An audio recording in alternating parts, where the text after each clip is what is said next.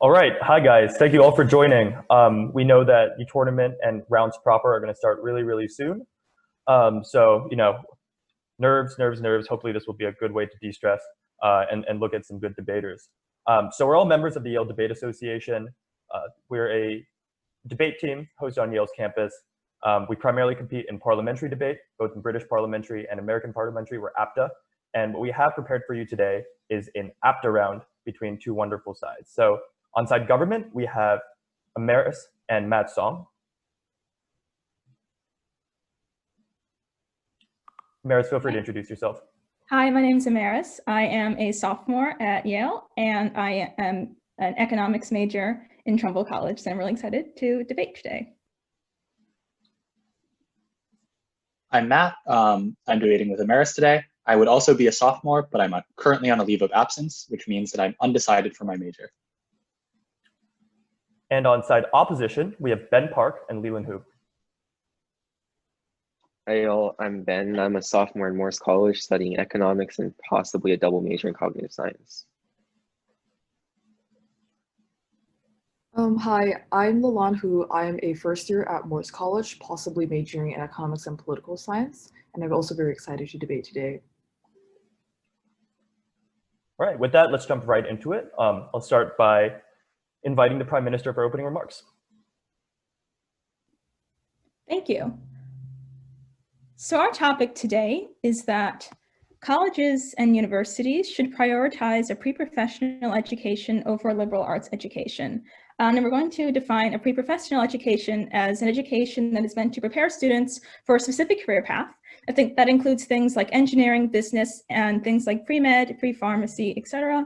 And a liberal arts education is an education program that emphasizes core subjects that include English, pure math, and science, where you take a variety of different subjects. And prioritizing means diverting funding towards pre-professional programs, as well as emphasizing them in promotional materials and things like that. And we're fiating that these things can happen without any implementation issues. So it's going to all go smoothly and there'll be no problems with that. So if you have any questions really quick.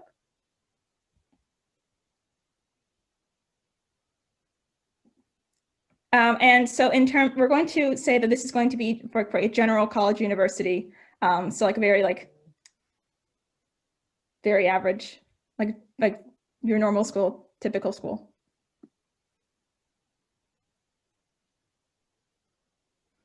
And in this case, you're going to be thinking as if you're the head of this university. So like you're thinking as if you're the president or something and seeing if this is a good fit for your college. So if you have any questions for me or any clarifying remarks, if not, I'll get started.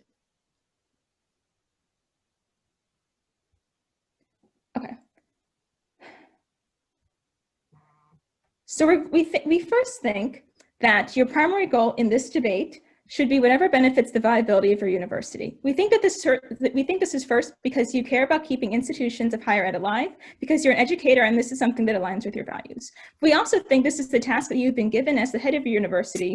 You've agreed to take on this job and you have the duty to execute it to the best of your abilities. You may also have a fiduciary duty to keep your university doing well, and it will also look badly in your future employment if you preside over your college while it declines. And we think you do this in a number of ways. First, we think this is because pre-professional programs better match what students want. We think this is because the reasons for why students are going to college are changing. College is increasing in cost and more students want to get a return on their investment, namely a good job. And we think that students are more and more seeing liberal arts degrees like English and pure math as the wrong way to get there, especially because they have less clear career paths than a pre-professional degree would. This is especially true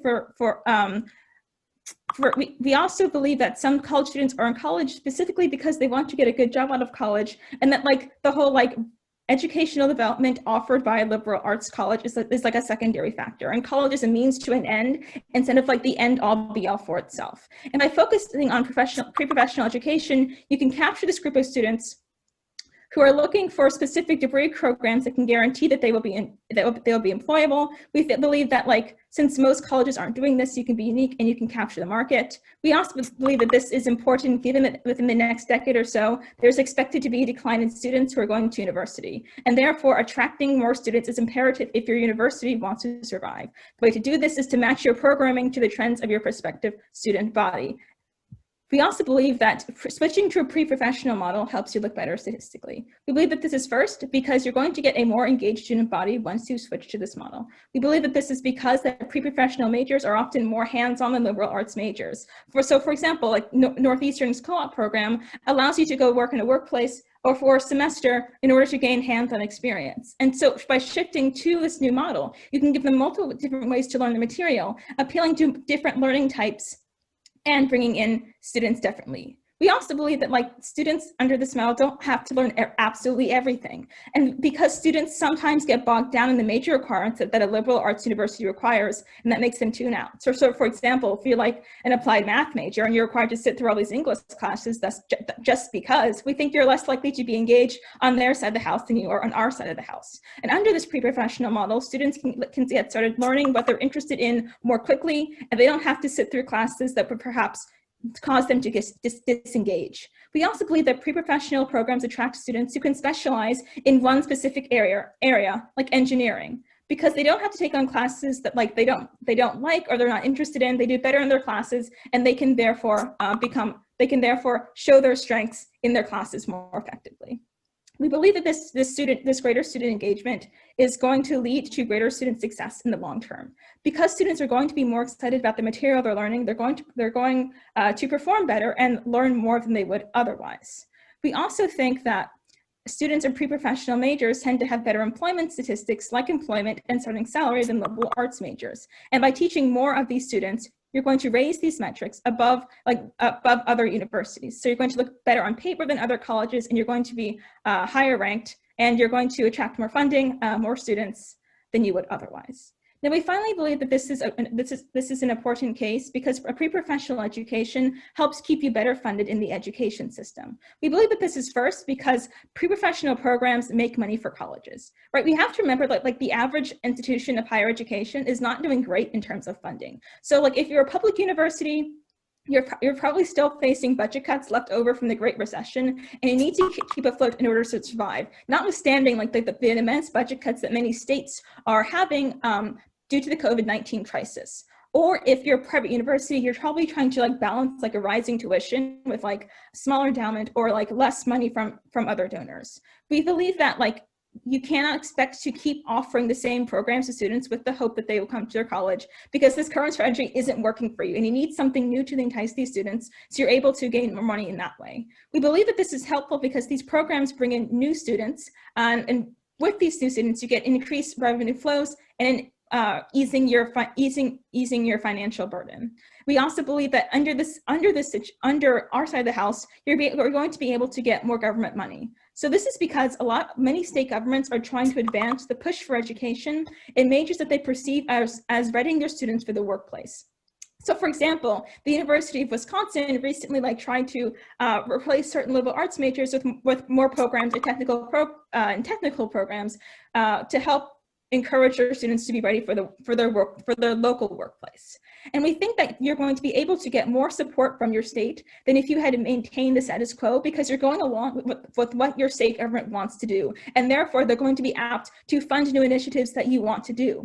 We also believe that most universities in the United States are public universities. This point is especially strong because most public universities get all of their funding from their state government, or the vast majority of their funding from their state government. So if we can show how we get more funding, we think we win this debate. Now, why is more funding important? We think more funding is important because it means you can hire more teachers, you can upgrade your facilities, you can offer better educational experiences to your university, and therefore helping your college maintain itself in the long term.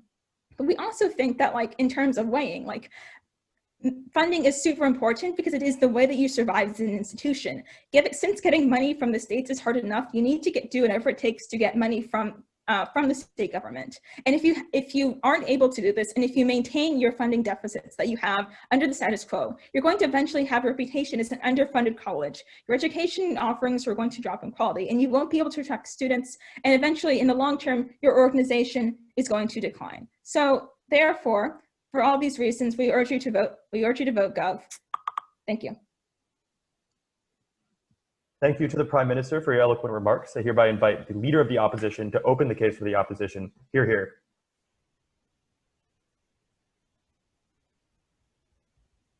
Thank you. Everyone good? All right.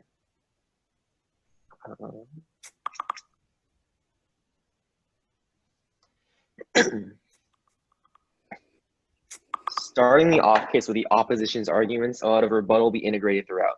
The first main argument is that the quality of education at your university is going to decline in two key ways.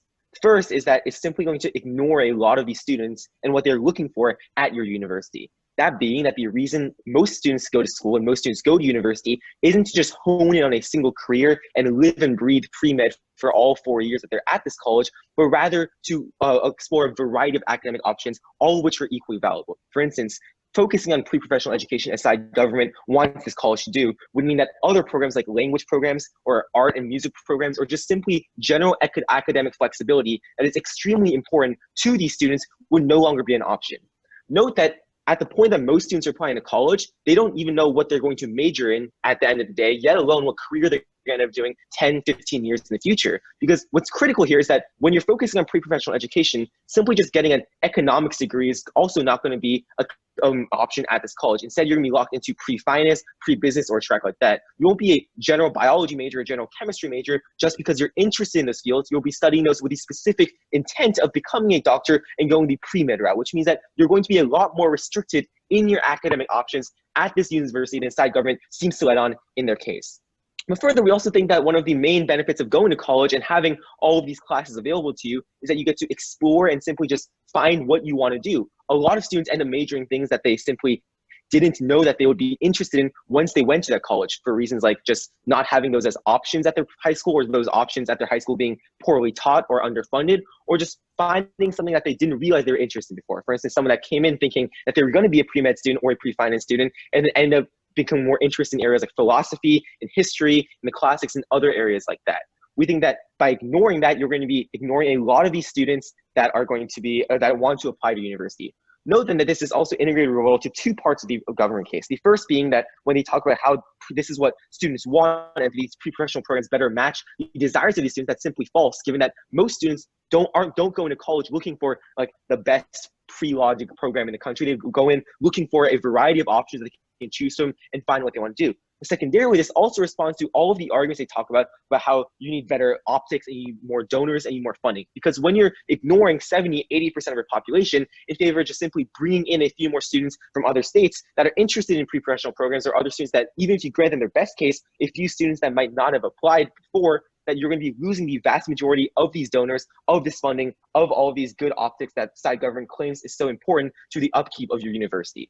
Second reason this is going to be bad for education is simply that side government it has a very misconstrued idea of what a lot of these employers are looking for in the job market. Note that a lot of the fields, the liberal arts fields that they dismiss offhand, are actually very important and are often key parts of getting you into this career that you want. For instance, things like strong writing programs are immensely useful in the professional world because it doesn't really matter how great of an idea you have if you're not properly capable of conveying that idea in a written form or in other forms to your coworkers or to higher ups at your company.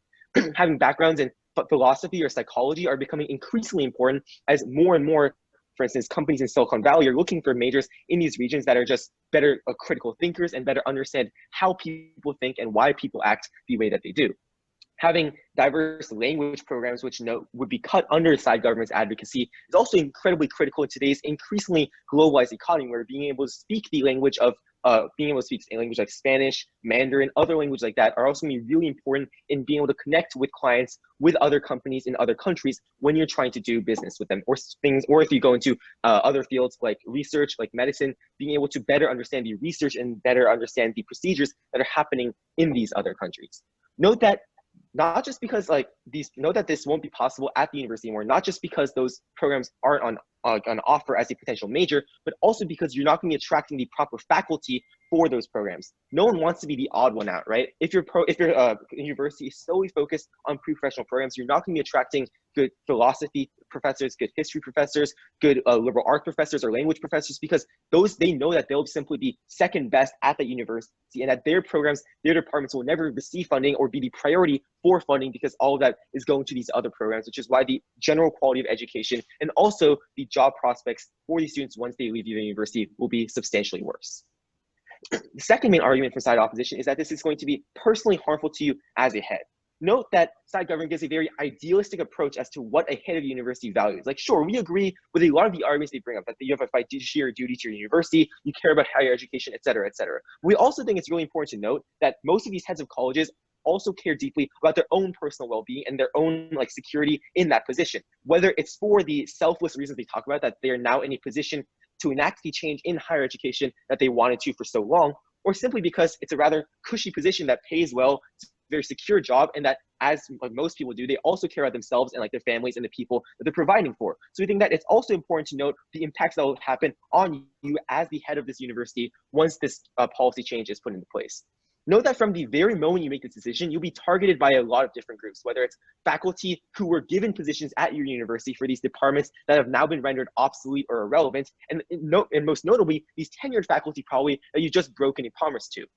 You'll also be targeted by many former and current liberal arts students that now see that their college no longer values the programs that they themselves went through or are currently studying in. You'll be targeted by other pre-professional students who now have lost the opportunity to, sure, maybe they are an engineering student, or maybe they are a pre-med student, but they've now lost the option to take classes that might interest them in other departments. Note that just because you're interested in one field and one career doesn't mean that you're just going to live and breathe like math or biology for all 4 years of college. You're still going to have interest in other fields. You're still going to have other subjects that you want to study or other things that you want to explore while you're in college that you no longer have the option to.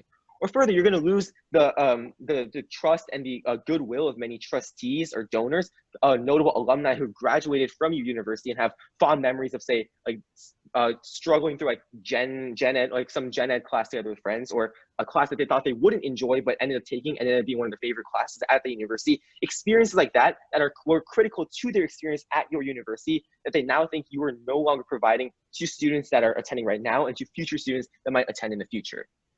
Note that beyond a personal matter, this is also extremely harmful to your ability to act as an administrator. That is, if at all times people are calling for your head, then it makes it a lot harder to kind of unite the disparate elements of your universities to try to get coherent policy passed. But further, we think that because this is an unprecedented idea, a university transitioning to mostly pre-professional programs when it wasn't before, we think that just necessarily from that, there's going to be a lot of things that go wrong, and there's going to be glitches in the system, technical hitches, or just unforeseen problems that arise. And we think that when those happen, those will all be blamed on you, and thus a lot of people will be looking for that as well. Real quick at the end on the side government case, most of this has been refuted through by the arguments in the off case.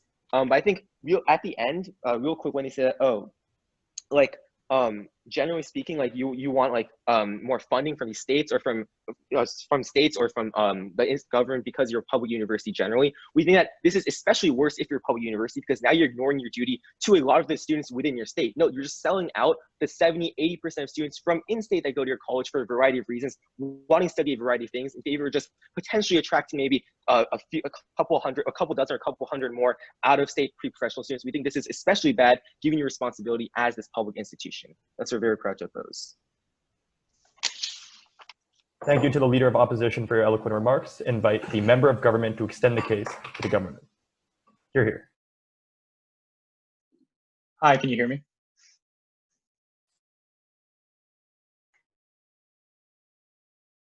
Can you hear me? We can hear you. Okay, cool.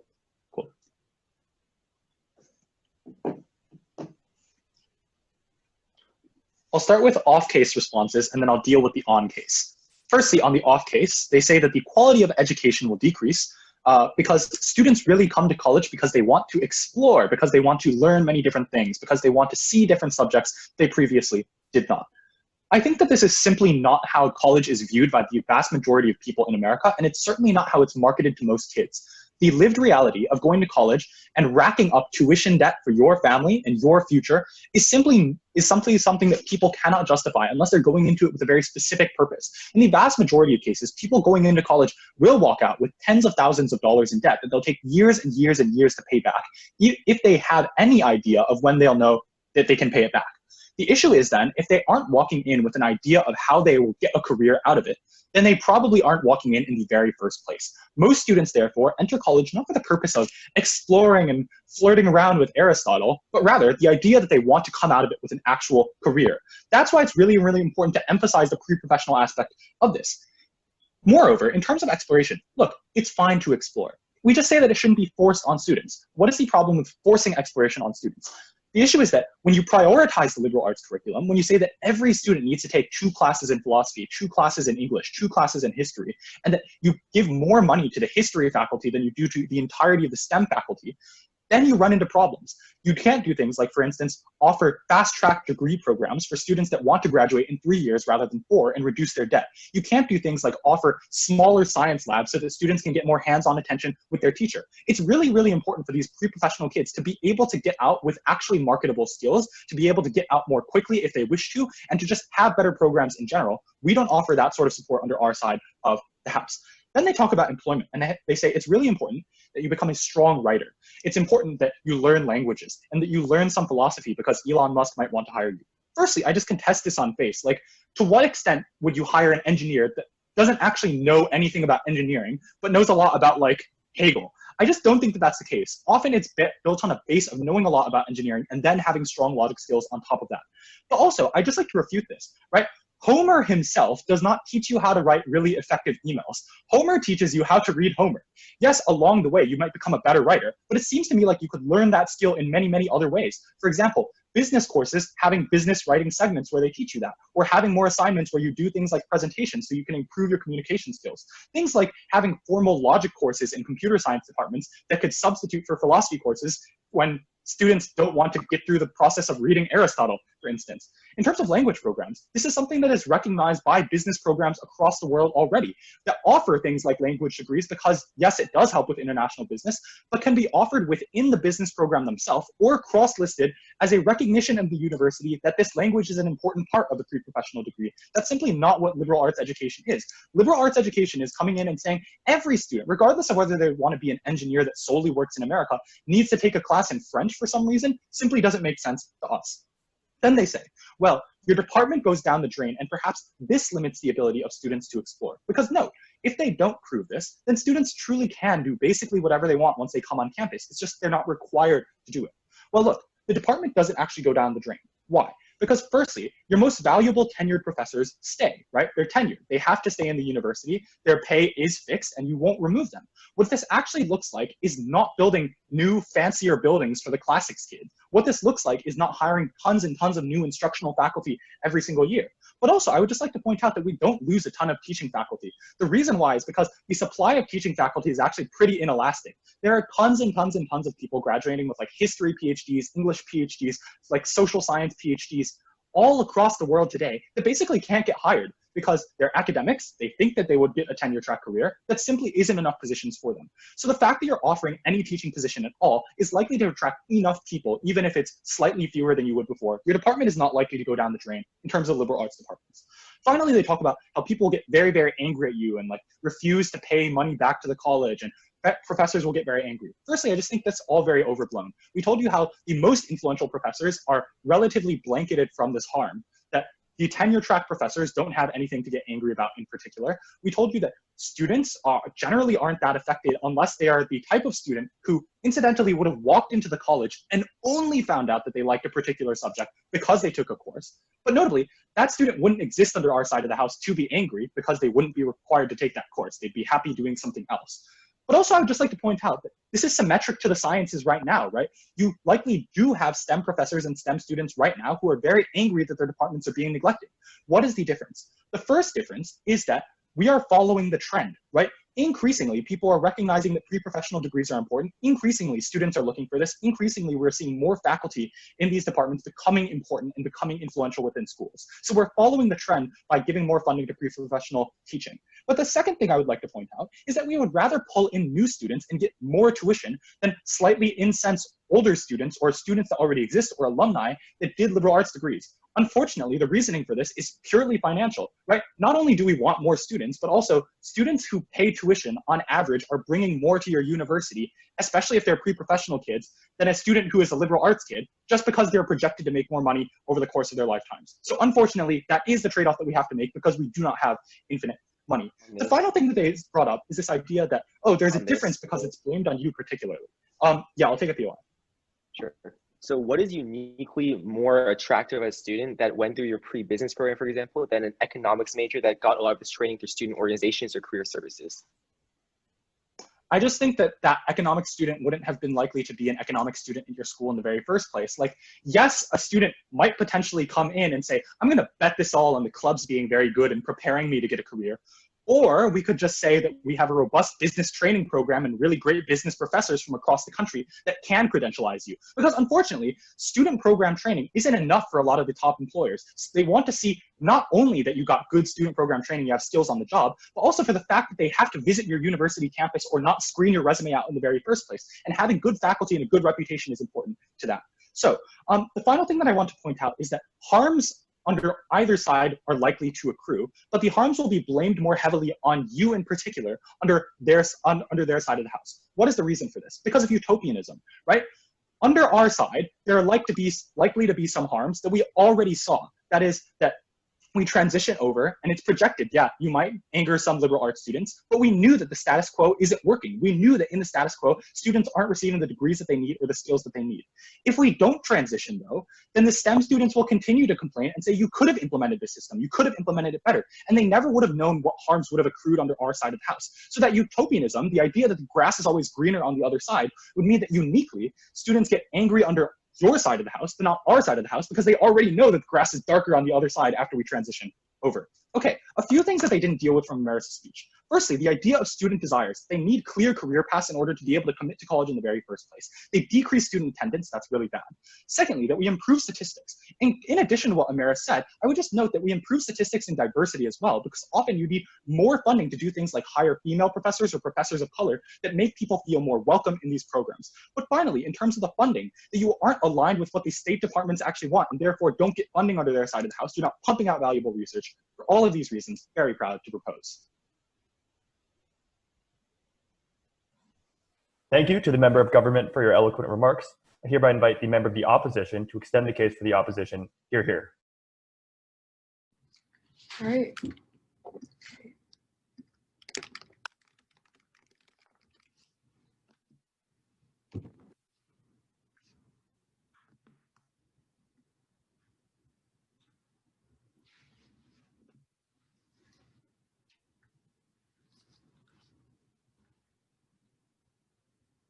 I'll talk about two things in my speech. Firstly, how you actually prepare students for the professional life for far and beyond just simply being a lower level employee. And secondly, how you're better able to help the head of the university to be able to reach your own goals and to be able to be an effective administrator of this large university. But before that, let's firstly acknowledge the fact that the funding argument and the entirety of all these following arguments is contingent on them proving that you actually help improve students' education and convince them that this education is good for them, which means it is ineffectual basically as a clash in this debate because it is contingent on everything that has been discussed before. It depends on which you fall on, either we help students or not in which educational system, which means it's not really the most important thing in this debate. Let's talk about specifically firstly how you prepare students for professional life and which side better does that. I'll talk about a number of things under this. All rebuttals will be integrated. Firstly is that we hear from them the idea that most people do want pre-professional education. They say that people often do not want this liberal arts education. They want a very clear career path, and they provided many reasons as to why that is the case. Let's acknowledge a couple of reasons why this simply isn't the case. Firstly, let's acknowledge mass rebuttal, that there's a lot of debt, and this means that you have have a preoccupation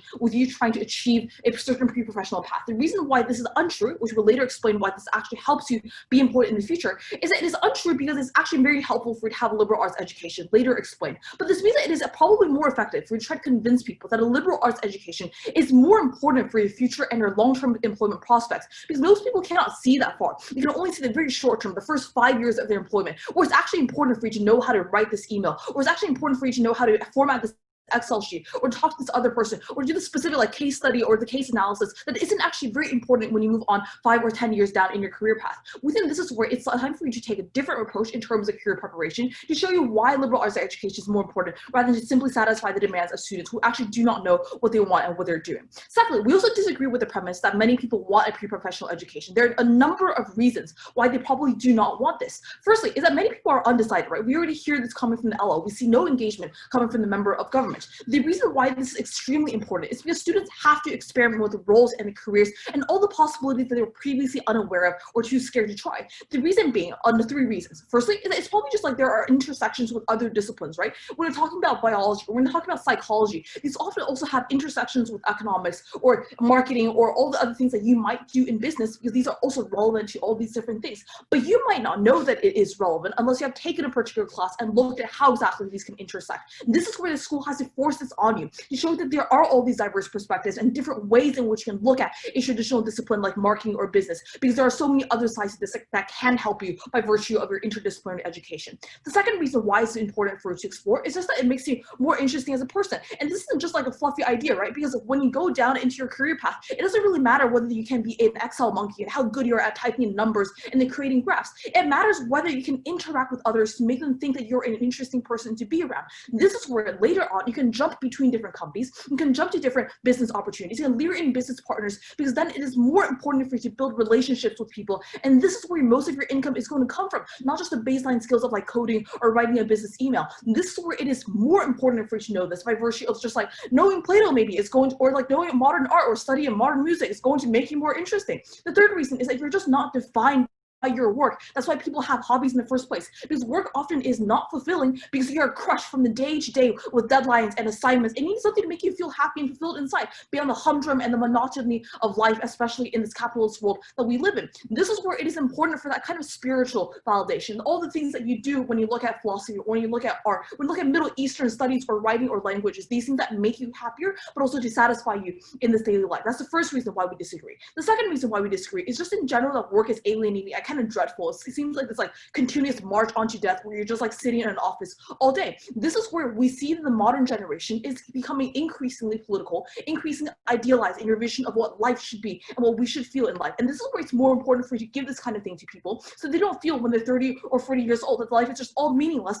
and they have nothing to look back on. This is why it's important for you to allow people to explore, but it's important for them to acknowledge that liberal arts education is crucial. Secondly, we also probably do better in terms of giving them opportunities for internships or for all these like small biology labs and such, because there are always like internships, right? These aren't given in schools. You don't get the best like on-job work experience by giving them inside the university. You send them out to all these different career paths or different companies, and they can do it for you. This is where it's more important probably for you to develop a career center that is based off of the liberal arts education rather than simply focusing on pre-professional education, which we see in most liberal arts schools already. Thirdly, why do we do better in terms of preparing them for professional life? A number of reasons. First reason, it's very difficult for you to predict what is necessary or what will actually be needed inside labor force in the future. Like 10, 20 years ago, fiber optics, like this like tunnels that like send like signals down the ocean was probably the most important and the most well-paying career. It is no longer because we have phones. This is where it's important for technology. You probably can't predict what's going to happen in the future. Finance or accounting might look very appealing right now, but maybe 20 years down the line, you're replaced by AI because all that you're doing is simply filling in Excel sheets. This is where it's more important for you to follow what you want to do instead of simply like what society tells you to do, because they're just funneling you into this particular career path. Secondly, we also already heard from the LL that these are important for your professional growth, right? We heard things like writing, it is unfair for you to say that you can't learn writing from philosophy classes. Because sure, you can learn how to format this email. This is where you put the title, this is where you put the acknowledgements, and this is where you put the conclusion. But you don't learn how to follow down an argument, to show clarity in your writing. These are kinds of long-term skills that you can only get when you're inside a class that is not specifically directed at teaching you how to write. Secondly, psychology and philosophy, there's just multidisciplinary aspects. You do need to know this because they're still relevant to your business ideals, even if they are not as apparent to you as a 17 or 18-year-old today. Secondly, let's talk about why we don't actually lose faculty, or why there are no trade-offs that occur. Because we hear from the idea that we will lose faculty, and for some reason they don't lose faculty because supply is inelastic, and then you don't need to build all these fancy buildings. Firstly, the supply is inelastic, but you probably will just get very worse professors because people don't want to go to UMichigan anymore because if they don't have any research opportunities there. Secondly, is that you also don't build fancy buildings for humanities majors, right? You also build all these fancy buildings for STEM majors. That's why the science building is so big right now, because you need all these fancy labs.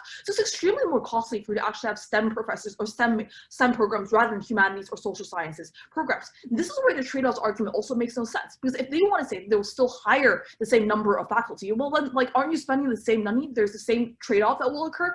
Then this is where the argument can go on both sides. But secondly, let's also look at what kind of preparation is more important for an individual, whether it's more important for you to get this long-term ideas of writing as well as psychology, all these different interdisciplinary aspects, or is it more important for you to learn how to format an Excel sheet, right? We think it's very obviously the former, for a number of reasons. Firstly, is that there's almost going to be a short-term head start that you get because you know how to use this application or how to format this business email, or how to be basically a good bottom-rung employee. But this is less important in terms of long-term design or ethics training that you get, because that's what you need in middle and higher levels, because you can always learn lower level skills in job training, but other things like writing are all skills-based things that needs to be developed over a long period of time. But also, you also can also focus on focusing pre-professional programs is less important than actually knowing what you want to do in the future, because it's going to probably make you suffer at work if you are in a job that you literally do not like. The comparative is that you try and fail in college rather than you try and fail later down the line when it's more difficult for you to trade out of a particular profession that makes you suffer a less productive employee and just be worse off in general. Lastly, we think that it is true that all these arguments that all the second clash about personal reasons for this administration, it is contingent on all the things, on trends and what students want. But we think we have very clearly shown that what students mostly want, a liberal arts education that is going to prepare them for the long term rather than the short term. And this is where you benefit them to make them a more effective administrator and make them better in general. We're very proud to oppose. Thank you to the member of opposition for your eloquent remarks. Hereby invite the leader of the opposition to close the case for the opposition. Hear, hear.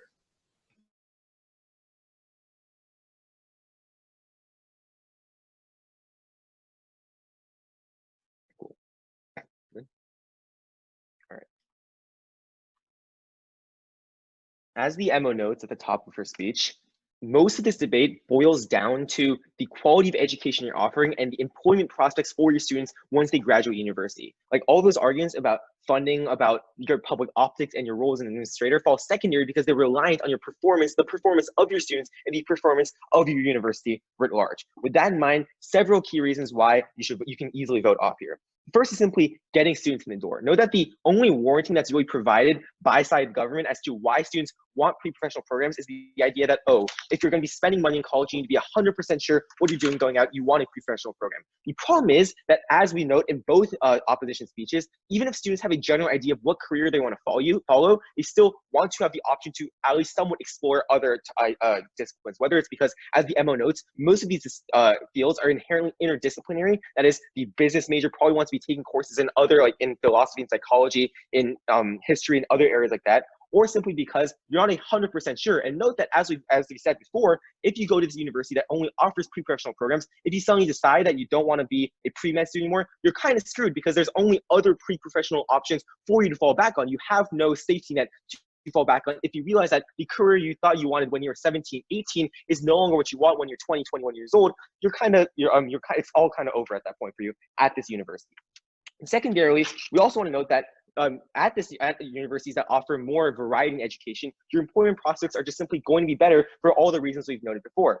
As Lelan points out, there's thousands of people out there that know how to copy and paste text from one PowerPoint to another, all these menial skills that you want to do as a lower level employee. And that going through a pre-business program or a pre-law program or whatever pre-professional program you choose at this university is not going to make you much better at those skills than someone that had job training from a career center, for instance, that would no longer be possible in the world of side government because funding is now going to these expensive pre-professional programs, or from other student organizations that will be preparing you for your selected career path, things like that. The key difference here is that because you're now knowledgeable, in other fields, that makes you simply a more interesting person, as we point out, a person that is easier to work with because you've had experiences interacting often with students of other majors who've studied other disciplines from other backgrounds, rather than simply just seeing engineering kids for your entire 4 years of college. And also because now you're a better critical thinker, as we point out. You know how to learn, you know how to use the skills you've learned in one subject and one discipline and use those to apply them to another discipline and be better at picking up new skills on the go, which is how you're going to be able to move up the rungs of the company that you're going to be working at. We think this is really important and makes you a much more employable candidate right off the bat, thus giving us access to all of the impacts that have been talked about in this round. But also, we think a really important argument comes out in the ML, which is the idea of adaptability. That is, we have no idea what the job market is going to look like 10, 15, or 20 years from now, and thus it's important to offer a variety of options to your students so that they're well-versed in a variety of different fields and thus able to better make decisions for themselves and better adapt to the changing job market. Note that, for instance, fields like machine learning or AI or behavioral economics just didn't exist a couple of decades ago. We wouldn't have predicted that these would be the cutting edge of the job market today, which means that students that underwent these pre-professional programs back then no longer have the background or the have the skills to be able to adapt to this market, increase more as it changes over time. That's why I think further for the long-term employment prospects of your students, we think it's really important to be able to offer different degrees and different options for these students to explore while they're at your college. One last quick note when they talk about the idea of utopianism and how everything's being blamed more on you in the world of side opposition, we think that's simply false. If you're just doing the same thing that every other college is doing, there's going to be much less blame that's placed on you and much less scrutiny on your actions than if you suddenly decide to buck the trend and be like, oh, we're going to be the first major university that changes from a general liberal arts program to a pre-professional focus. At that point, when things start to hit the fan, as they inevitably do, which is never contested by side government, at that point, all the blame comes on you and all of the impacts we talk about administrating being harder and backlash against your position will manifest. That's what we're very proud to oppose. Thank you to the Leader of Opposition for those eloquent remarks, and I hereby invite the Prime Minister to close the case for the government. Hear, hear. Okay, so I think there are a number of arguments in this debate. I think we win all of them. But let's just kind of go down the flow and see exactly how the gov side has won the debate, right? So let's talk about how their assertion that a lot of our impacts are contingent on the fact that that this is going to go well. I don't think this is true, right? I think we give our best case, right? And we say that nothing goes well. We say that students don't like this. I think we still win one important point, right? I think we win one important point that you align with the objectives of the states, and you aligned with the objectives of your fundraisers, right? We tell you in PM, which goes largely uncontested throughout this debate, that the state legislatures are the majority, most of the funding for the majority of universities throughout America, right? And we know that they are the ones who are particularly prioritizing pre-professional education because they're trying to get a workforce that is best for their state, right? So we tell you that in terms of allowing students to, we tell you that even if you don't change, what's going to happen on their side of the house is you're going to be maligned as the elitist school that's not helping your state, and they're not going to want to give you funding for programs that they see as esoteric, and your school isn't going to be funded as well. But we say on our side of the house, it's more likely that these legislatures are going to give you funding, and you're more likely to be well funded under our programs. We'll get to why funding is important later on the way, but that's just a point to show why we aren't path dependent. Now moving on, say that we say that on our best case scenario, right? So OP tells you that why all these different reasons why education is going to be worse on their side, right? So they think that first we say that in our case, in terms of people not being sure if they want to do, people switch majors anyway. In all cases, in all colleges, there's some overlap between schools. It's not particularly likely that they're going to majorly switch from one to another. We think that you can still have variety, you can still have interdisciplinary learning. It's just not going to be within a liberal arts framework. It's going to be within a pre-professional framework. So we think that case falls. We also think that the quality of educational offerings are going to be better because you're aligning with what students want to learn. And you're not just like forcing programs out there that students aren't interested in, and students are going to be able to better enjoy and better learn from. We tell you this is important again in PM because we tell you that students are you're going to attract students who want to specialize in these types of programs, right? So you want students who know that they want to go in engineering, students who know that they want to become, pre-med or pre-pharmacy, right? So like you're going to get these very focused and motivated students who know what they want. So in terms of like people like not wanting to switch, or like people not being like able to like know what they want, or people not being able to being pigeonholed in these majors, we think this isn't going to happen in the first place. We also know that like year one university in a sea of universities who primarily talk about the liberal arts. So like if these students are so kind of on the fence about whether they want to go to, switch programs, they can just go to a school that allows them to possibly do more liberal arts. And what you're going to get instead is a student body of students who's more set on doing pre-professional education versus like students who are kind of like half on the fence, half on the fence. So a lot of their impacts about like how students aren't going to be as happy under this new program are going to fall, because those aren't going to be the students we're targeting anyway, right? So now let's kind of go down. Now let's kind of go down to the actor analysis, right? So we say that they say like in PM and in LO and in MO that you're going to have like a harder time getting along with your faculty, and like you're going to have everyone's going to be angry at you for making these changes. We think this isn't true for a number of reasons, right? So first off, on the point about like faculty being upset with you, I don't see why this matters in the grand scheme of things. Like faculty are going to be upset with you no matter what you do, right? Half your faculty is going to be with you, half of your faculty is not going to be with you. So we think on either side of the house, you have faculty discontent. This point really doesn't matter in the grand scheme of things. We also think that like, in terms of like your own motivations as a college professor, we think that as a college president, we think that like making sure that your university is strong is probably going to fall to our side, because like we think that your university is probably going to just fall, is probably going to decline anyway if you do nothing, and that's going to be a burden on you. On your other side of the house, you can at least go in your future and go to the future and said, I tried this, here's why maybe it did not work, but here's what I've learned in the future. On the other side of the house, you have guaranteed decay. On our side of the house, we have a hope for redemption, right? And so now coming on to this most important argument of funding, right? We think funding is the most important argument. We think we win this pretty clearly. We think funding is most important because funding, again, is how you operate your university, right? We think that funding is how you make sure you're able to attract students in the long term. We think that we win funding because we've explained how it's not path dependent on our students being able to succeed. We think we've shown how you're most likely to get funding from people who are going to fund your university. They don't do that in their speech. So therefore, we think we win the debate pretty handily. Proud to propose. Thank you to the Prime Minister for those eloquent remarks, and thank you to all four debaters for a wonderful debate. To everyone attending, if you're curious to learn a little bit more about the YDA or APTA as a format, I've attached links to both the websites in the chat. We understand that you guys have rounds very, very soon, so good luck. Feel free to stay back and ask any questions you might have about Yale, Student Light, or APTA. Also, there's a student panel tomorrow night, and some of the same debaters will be there, and also a keynote speech on Sunday. So those are all events you can register for and sign up for with the same registration link. Thank you all for coming.